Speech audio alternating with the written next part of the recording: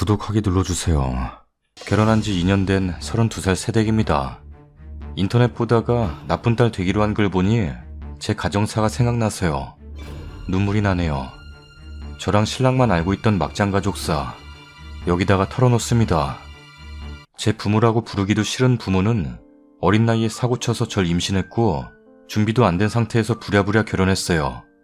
배운 거 모은 것도 없고 양가 부모님들 시선이 곱지 않아 힘들었겠지요. 하지만 동정하고 싶지는 않네요.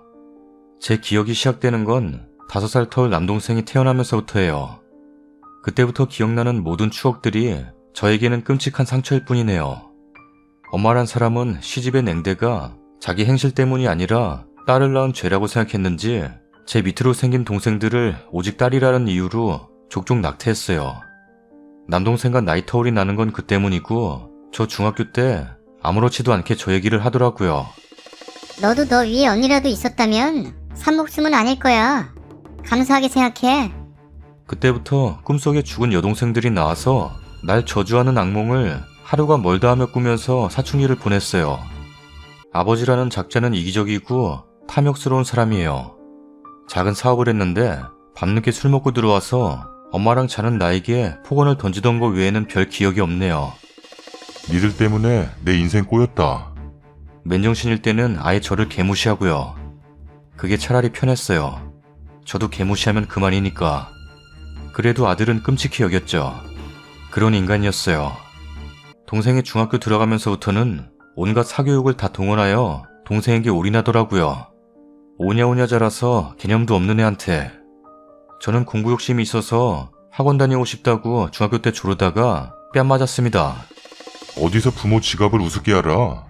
그게 억울해서 더 열심히 공부했는데 집에서 공부하면 일부러 TV 크게 틀어놓고 다들 모여 앉아 큰 소리로 절 무시하는 말을 해서 집 밖에 나와 상가에 있는 동네 학원 창고 같은 구석에 안 쓰는 책걸상 보관하는 곳에 그곳에 들어가서 몇 시간이고 공부했어요.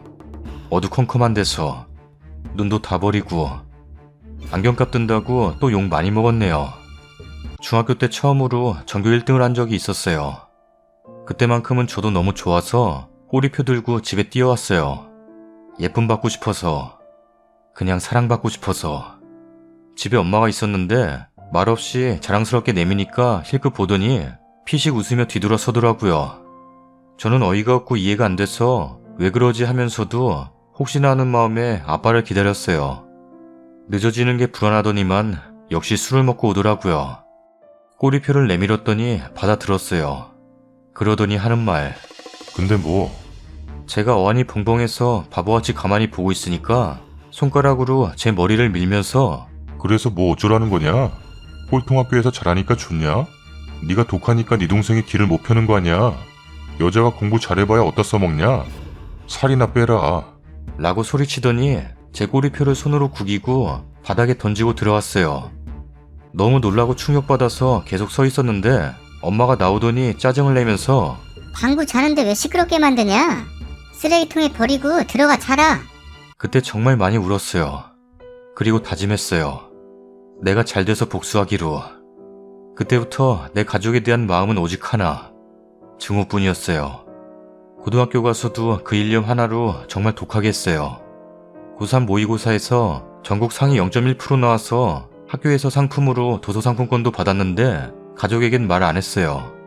부모는 우리 동네가 학군이 구린 건 생각 안 하고 맨날 꼴통학교 아예 말도 안 꺼냈어요. 성적에 대해서. 그래서 이날 이때까지 칭찬 한 번 받아본 적 없네요. 수능은 생각보다 안 나와서 S대가 불안하게 되었어요. 사립학비가 어마어마하니 원서 쓰기 전에 부모님께 자존심 숙이고 말씀드렸더니 욕을 하더군요. 그렇게 혼자 잘난 척 하더니 결국 비싼 데로 가냐? 네가 잘나면 얼마나 잘나서 지금 중요한 시기인 방구 기를 죽이냐? 학비 절대 못 주니까 알아서 해. 라면서 제 눈앞에서 배치표를 확 찢어버리더군요. 울면서 배치표 다시 테이프로 붙이고 담임선생님께 원서대 빌려서 결국 사립학교에 붙었습니다. 대학 다니는 동안은 자취는 꿈도 못 꿔서 하루 4시간씩 통학하면서 알바 뛰고 장학금 받고 부족한 건 학자금 얹어서 좋은 성적으로 대학 졸업했습니다.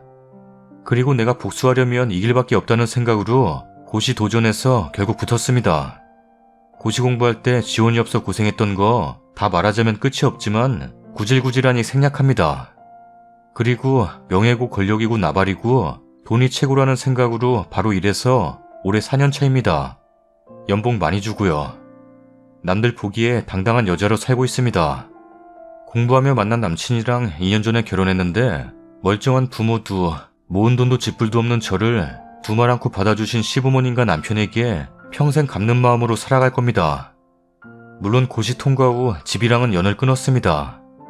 결혼도 알리지 않았고 시부모님께도 신랑이 잘 말씀드려 더는 묻지 않으시더라고요. 따로 연락은 안 했지만 그래도 입소문을 통해 알았을 텐데 끝까지 아는 척을 안 하더군요. 저도 독하지만 그 사람들도 독합니다.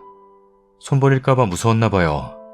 시댁에서 지원도 받고 조금이나마 융자 얻어서 우리 살림 마련했고 함께 벌기 시작한 뒤로는 돈도 금방금방 잘 모여서 이제는 살만합니다. 옛날 생각하면 꽤나 고급지게 먹고 입고 남들이 보면 유복하기에 엘리트처럼 큰 줄 압니다. 하지만 깊이 들여다보면 보이는 이 못난 성격. 채울 수 없는 결핍의 흔적이겠죠. 그런데 반년 전에 처음으로 엄마란 사람에게 연락이 왔습니다. 번호 저장을 안 해서 안 받았더니 문자로 연락이 왔는데 아버지 사업이 많이 어려워졌나 보더라고요. 저보고 방구 이번에 대학원 가는 거 학비 좀 보태라. 랍니다. 대학이 특수해서 학비가 비싸대요. 동생이 어느 대학 간지도 몰랐는데 참 그 사교육비 들인 것 치고는 미미한 결과더군요. 취직이 안 돼서 나이 먹고 대학원 걸쳐놓나 봅니다. 복수심이 생기더라고요. 일단 오라고 했습니다.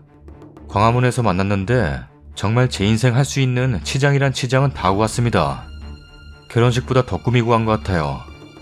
원래 수수하게 하고 다니는 편인데 유일하게 있는 명품백 들고 힐 신고 드라이하고 나갔습니다.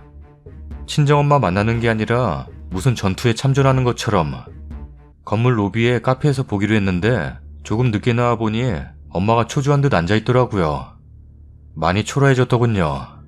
어렵기는 어려운지. 그런데 서울 와서 기죽기는 싫은지 테이블에 보란듯이 샤넬 팩트 꺼내놓고 기다리고 있었어요.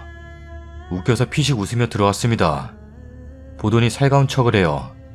저는 클라이언트 대하듯 살갑게 대해줬습니다. 이것저것 안부도 묻고 깨르르.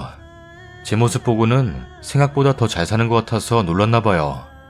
아빠도 자기 지인들한테 요즘 내 자랑을 하고 다닌답니다. 연락 한 통 안 하면서 무슨. 내가 잘된 거에 보태준 것도 없으면서 생색은 내고픈가 봐요. 비굴한 꼴에 실수만 나더라고요. 그러다가 동생 학비 얘기를 슬그머니 꺼내더라고요. 너는 전문직끼리 결혼했으니 여유 있지 않냐? 서로 돕고 하면 좋잖아. 랍니다. 저는 도움받은 게 없는데. 제가 활짝 웃으면서 준비해간 봉투를 꺼냈어요. 엄마는 덥석 잡고 고맙다고 하며 슬쩍 들여다보더니만 그대로 얼었네요. 5만원짜리 한 장 넣어드렸습니다. 이게 뭐냐? 방구 용돈 챙겨봤어. 뭐?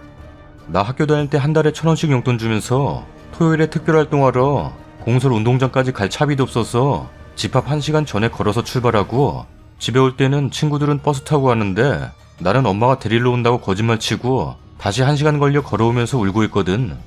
내가 그때 받던 용돈 몇 년치를 이렇게 주는데 고맙지 않아? 사교육받은 돈은 다 어디 가고 지금 취직도 못하니 누나된 도리로서 두둑히 넣었어 라고 했습니다. 엄마 손이 벌벌 떨리더라고요. 물잔 머리 위에 부으면 제 제일 좋은 옷 버릴까봐 제가 빼앗아 들고 웃으면서 홀짝 다 마셔버렸습니다. 그러고는 일하러 간다고 바쁘다고 일어서면서 지갑에서 5만원 더 꺼내서 테이블 위에 놓았습니다. 커피값 계산하시고 옷 좀 사입으셔. 이런 데는 그래도 좀 차려입고 와야 모양새가 안 빠져. 그 말하면서 정말 제가 생각해도 간사한 표정으로 미소 지었습니다. 엄마는 얼굴이 그야말로 흑빛이 되고 정말 너무너무나 초라하고 보잘것없어졌어요. 하지만 불쌍하진 않았어요. 더는 연락하는 일 없었으면 좋겠어 라고 말하고 일어서는데 다리가 후들거리는 거 억지로 괜찮은 척 파워워킹 했습니다. 뒤에서 쌍욕이라도 드릴까봐 두근댔는데 아무 소리 없었어요. 그렇게 뒤도 안 보고 걸어 나왔습니다. 어떻게 사무실까지 왔는지 기억도 없어요. 술에 만취한 것처럼 비틀대며 사무실에 들어왔는데 두 손이 부들부들 떨리고 어지러웠어요. 심장이 터질 것 같고. 아, 내가 이 순간을 위해 지금까지 살았구나. 그 생각을 하며 아픈 사람처럼 몸을 벌벌 떨었습니다. 흥분되기도 하고 통쾌하기도 하고 무섭기도 하고 슬프기도 하고 그리고 허무해졌어요. 너무 허무해서 살기 싫을 만큼. 이제 나는 왜 살아야 하나? 내 삶의 목표는 무엇인가? 야근 조퇴하고 남편 불러내서 집에 가서 밤새도록 껴안고 울었습니다. 며칠 만에 살이 3kg가 넘게 빠질 만큼. 솔직히 모든 게 너무나 버거웠어요. 그리고 며칠 뒤 밤에 또 모르는 번호로 전화가 왔어요. 그럴 줄은 알았는데 아빠더라고요. 받으니 역시나 쌍욕부터 하십니다. 전화로도 고스란히 전해지는 술 냄새. 저는 이제 가슴이 벌렁거리지도 않았고 그냥 담담히 들었어요. 니년 잘 살 줄 아냐? 부모 형제도 못 알아보는 불안당 같은 년. 누구 때문에 출세했는데 은혜도 모르는 년. 그 외에도 무수한 욕욕욕. 그냥 다 듣고 있었어요. 그리고는 말했죠. 저기요. 사무장 통해 내용 증명 보낼 테니 받기 싫으시면 전화 끊으세요. 불안당이 무슨 뜻인지는 아시죠?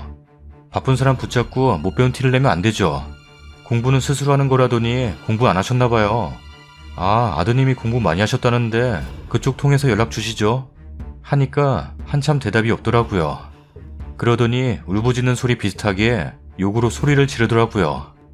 솔직히 좀 놀라서 무섭기는 했는데 그냥 술 먹고 주정 부리는 것 같아서 듣고 있었어요. 그리고는 머리가 어질어질해져서 아내분 편에 돈 보냈으니까 아드님 학비에 보태세요. 라고 말하고 끊었어요.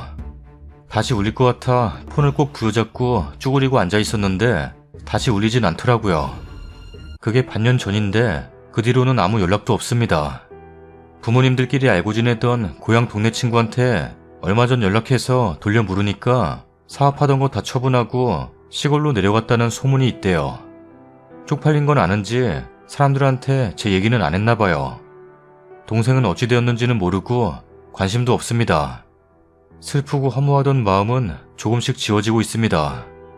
남편은 빨리 아이도 갖고 싶어 하는데 저는 커리어 핑계대고 미루고 있지만 사실 제 마음이 아직 이렇게 모난 상태인데 자식한테 저 같은 상처 입히는 부모 될 것 같은 두려움이 커요. 자식은 어쩔 수 없이 부모를 닮는다잖아요. 공부 핑계 일 핑계 대고 심리 상담 한 번 못 받아봤는데 이제 아이 계획도 있으니 한번 받아볼까 하는 마음도 있는데 시간은 둘째치고 일단 용기가 잘 안 생기네요. 이젠 없던 일처럼 지울 수 있는 과거가 된 것 같은데 제가 누구에게 말하면 그게 없어지질 않고 더 또렷해질까봐. 이런 마음의 상처는 말하는 것만으로도 치유가 된다고 해서 여기다가 간략히 털어놔봐요. 저것들은 분기별 대사건 정도로 큼지막한 줄거리들을 엮은 것뿐이고 실제로 제 멘탈 조각났던 일들 하나하나 말하자면 정말 끝이 없을 거예요. 그런 일들이 뭐랄까 제 기억이 아닌 것처럼 느껴져요. 실제로 겪은 게 아니고 어디서 듣고 배워서 습득한 기억들처럼. 과거에 너무 매몰되다 보니 어느 순간 오히려 모든 기억이 낯설게 느껴지더라고요. 그냥 저에게 그런 일들이 있었다는 사실 자체를 없는 일로 하고 싶은가 봐요. 업무 짬짬이 끊어서 쓰느라 대충 쓰긴 했지만 속 시원해진다면 계속 조금씩 풀어서 쓰고 싶네요. 두서없는 글 읽어주셔서 감사해요. 저 같은 상처 가진 분들, 우리 같은 이들은 본인이 독하게 잘 살아가는 수밖에 없어요. 우리 힘내요. 우리가 서로 응원하고 서로 사랑해줘요. 댓글입니다. 남편 단속 잘하세요. 혹시나 그쪽으로 연락 올지 몰라요. 멘탈 진짜 강하시네요. 존경합니다. 제 친정엄마랑 똑같네요. 저도 연 끊었어요. 전 근데 가정주부라 님 같은 사이다 복수는 못하고 제 이쁜 자식들 죽을 때까지 안 보여주려고요. 그런 작자들이 외할머니 외할아버지라는 거 절대 모르게 할 거예요. 암튼 그 당했던 마음, 복수심 전 100번 이해합니다. 잘하셨어요. 어릴 때 상처 있는 분들 중 아이 안 낳으시는 분이 있더라고요. 글 쓰신 거 보니 충분히 엄마 자격 있으세요. 아이는 꼭 낳아서 키워보세요. 문득 엄마가 이해 안 갈 수도 있으시겠지만 아이가 주는 행복은 상상 이상이에요. 그런 행복 누리실 자격 있으세요. 이게 정말 소설이었으면 싶을 정도로 마음이 아프네요. 성공해서 다행이고 그 괄시를 다 받으면서도 훌륭한 사람이 되어준 게 고맙네요. 내 부모한테 그렇게까지 하고 싶은 사람이 어디 있을까? 그 어린 마음에 대못질을 해댄 결과겠죠. 이제부터는 아파하지 말고 행복하게 살아요. 아이 문제는 본인 결정이겠지만 저는 글쓴이가 본인이 받고 싶어 하던 애정 듬뿍 쏟아가며 더욱 애착을 가지고 키울 수 있을 거라고 생각해요. 내 인생 챙기겠다고 독해지는 거랑 자기 살과 피로 낳은 자식을 몇십 년 동안 버러지 취급하는 사람들이랑 비교도 안 되죠. 님 정말 멋져요. 저랑 동갑이신데 대단하시단 생각밖에 안 들어요. 앞으로 남편과 시부모님들에게 사랑받으시며 행복하게 사시기를 바래요. 그리고 아이를 낳으면 더 큰 행복이 있을 거라 믿어요. 저도 엄마랑 연 끊은 지 7년 돼가네요. 20년 넘게 주점을 하고 계셨는데 아가씨 두고 월급 주자니 아까운지 20살 때부터 24살 자격증 준비하는 중에도 계속 주점 나와서 손님 옆에만 앉아있으라는, 친엄마가 맞나 싶을 정도로 공부해서 뭐하냐는 식의 매일 똑같은 설득 아닌 설득을 지겹게 듣다 독립하고 번호도 다 차단했네요.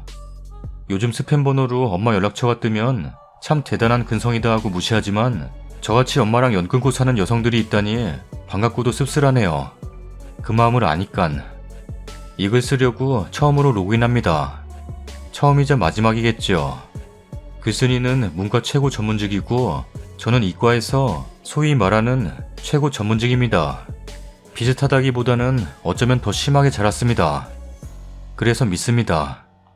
저는 딸이라는 이유로 엄마라는 인간 대신 살림까지 살며 쪽잠 자며 공부했고, 세뇌당해서 가족이라는 이유로 잠 못 자며 골병 들어가며 모은 제 피 같은 돈으로 남자 형제들 고시 뒷바라지까지 했었다가 지네들 잘 안 되니까 네 년이 한 게 뭐 있냐? 라는 소리까지 들었습니다. 참다 못해 인연 끊으니까 못된 년이라면서 지금도 지속적으로 연락 오지만 주변 사람들이나 친척들한테는 내 딸이 의사다 그러고 다니는가 봅니다. 저는 글로는 못할 이야기가 책 몇 권이겠지요. 저도 이악 물고 살고 있습니다. 어떻게 여기까지 왔는데, 어떻게 이렇게 잘 살고 있는데, 남들이 다 저도 좋은 집에서 잘 자란지 아는데 아니에요. 저도 많이 힘들었어요. 상처 치료받았어요. 나 이대로 죽을 수 없다. 더 보란듯이 행복하게 살 거다. 이렇게 살아남으려면 꼭 치료를 받으시길 바랍니다. 살아남아야 이 행복도 누리는 겁니다. 부디 행복하시길 바랍니다. 어떤 분들은 자기가 받았던 상처 그대로 아이한테 돌려준다고 하더라고요. 안 그러실 거죠? 지금껏 노력 많이 하셨잖아요. 이제는 행복해도 돼요. 여행도 다니시고 맛있는 거 많이 드시고요. 부모님한테 평생 들었던 욕보다 더 많이 제가 기도해드릴게요. 행복하게 웃고 사랑받으면서 사세요. 카운셀링 몇 번 더 받으시고 마음의 평안을 찾아 예쁜 아이들 낳고 사랑 듬뿍 주고 사랑 듬뿍 받으면서 매일매일 행복하게 사셨으면 좋겠네요. 저도 글쓴분과 비슷한 환경에서 악착같이 살아온 친구가 있어서 그런지 더 공감하면서 읽었네요. 제 친구도 예쁜 아가 얼마 전에 낳고 행복이 이런 거구나 느낀다고 했어요. 글쓴분도 그러셨으면 좋겠네요. 추가 글입니다. 퇴근하고 댓글 모두 읽어보았습니다. 많은 분들이 저를 너무나 칭찬해 주셔서 얼떨떨하네요. 솔직히 너무한 거 아니냐고 욕하실 줄 알았어요. 제가 멘탈이 강하다고 많이 말씀해 주시는데 사실 멘탈이 강하다기보다는 지고 못 사는 성격입니다. 어릴 때부터 셈이 많아서 부모님이 더 고깝게 본 게 아닐까 생각도 해요. 그런데 저런 취급을 당하다 보니 스스로 엄청 화가 나고 억울해서 공부는 원래 소질이 있는 것 같아 내가 할 수 있는 일이 이것뿐이라는 생각으로 열심히 했어요. 근데 뭐 엄청 잘한 건 또 아니고요. 학교는 내신 따기가 힘든 학교는 아니었고 수능도 그냥 그럭저럭 봤어요. 고시는 엉덩이로 공부하는 거라고 제가 엉덩이가 무거워서 어떻게 붙었네요. 사실 모든 과정에서 운이 따르기도 했습니다. 이건 주변에서도 인정하는 거고요. 일단 멀쩡한 남편 만나 나름 행복하게 살게 된 게 엄청난 행운이죠. 그러면서 많이 무너지기도 했고 많이 울었어요. 거의 아침마다 눈이 부은 채로 학교에 갔어요. 밤마다 우니까 마음이 너무 힘들고 낙이라고는 오직 급식 시간뿐. 그만 마시는 분들은 아실 거예요. 돈 없어서 군것질도 못하니까. 멘탈 강하다는 칭찬 들을 정도로 잘 버틴 건 아니에요. 결과가 괜찮게 나온 거지 그 과정은 정말 휘청휘청 말이 아니었죠. 저에게 자매가 있었을 수도 있다는 걸 안 다음부터는 집에서 괴로울 때 늘 그 아이들을 생각했어요. 만약 여동생들이 있다면 훨씬 덜 힘들 텐데 걔들이랑 나랑 닮았을까? 혼자 밥 먹을 때도 마치 걔들과 함께 먹는 것처럼, 혼자 TV를 봐도 걔들과 함께 보는 것처럼, 그럼 덜 외롭고 힘이 나고 마음이 따뜻해졌어요. 지금도 그 애들을 생각해요. 거의 항상 생각해요. 어떤 시험을 보든 그 애들이 저와 함께 시험장에 들어간다고 믿었어요. 좀 제정신 아닌 것 같지만 정말 제가 사랑한 애들이었어요. 태어나지도 않은 여동생들이. 맞춤법 지적하시는 분들이 있는데 제가 봐도 심각하긴 하네요. 주술 호응도 안 맞고 폰으로 쓰다 보니 실수가 많았던 것 같아요. 근데 저 원래 맞춤법 잘 못 써요. 고시에 맞춤법 테스트는 없고요. 영어도 대졸 신입사원 평균보다도 못할 거예요. 원래 법률 문서에 나오는 말은 다 거기서 거기에요. 한자어만 줄줄 나열하는 수준이라 오히려 순한글인 조사 등의 맞춤법이 헷갈릴 때가 있어요. 신입 때 뭐뭐 한바 라는 띄어쓰기를 모조리 반대로 해서 엄청 혼난 적도 있고요. 아버지뻘 선배님들 중에서는 어떻게 저런 걸 틀리나 싶은 걸 틀리는 분들도 계세요. 근데 제 남편은 저보다 더 틀려요. 이번에 민법 한글로 개정된다는데 둘이 한글 공부 좀 해야겠어요. 그리고 여러분들이 모르시는 사실이 있어요. 저 같은 사람들 엄청 많습니다. 너무 어려운 환경에 너무도 전형적인 성공한 듯이 보이는 삶. 소설 같죠? 드라마틱하죠? 그런데 정말 많아요. 제 동기 중에도 몇 명이나 있었습니다. 겉보기에는 유복해 보이는데 정말 오직 이길 뿐이라 공부한 친구들. 너무너무 많고 사회 나와서 보니 여기뿐만이 아니라 다른 지역에도 너무너무 많습니다. 저 정도는 아무것도 아닐 만큼. 너무나 가난해서 겨울에 전화, 전기, 수도, 가스 전부 끊기는 집에서 사는 친구도 있었고요. 여러 안 좋은 환경에서 자란 친구들 많습니다. 너무너무 많습니다. 모난 사람은 모난 사람끼리 금방 알아봐요. 평화로워 보이는 이면에 이렇게 추악한 일이 많은 세상이더라고요. 신상 노출될 것도 같아서 추후 피드백은 없을 것 같습니다. 관심 주신 분들 모두 감사드리고 그냥 세상 인간이라는 존재들이 다 선하고 행복해졌으면 좋겠네요. 이제 정말 피곤했어요. 이런 정신소모 앞으로 안 하고 사는 걸 새 목표로 삼으려고요. 모두 힘든 일 다 지나가실 거예요. 제 경험상 늘 그랬어요. 읽어주셔서 감사합니다.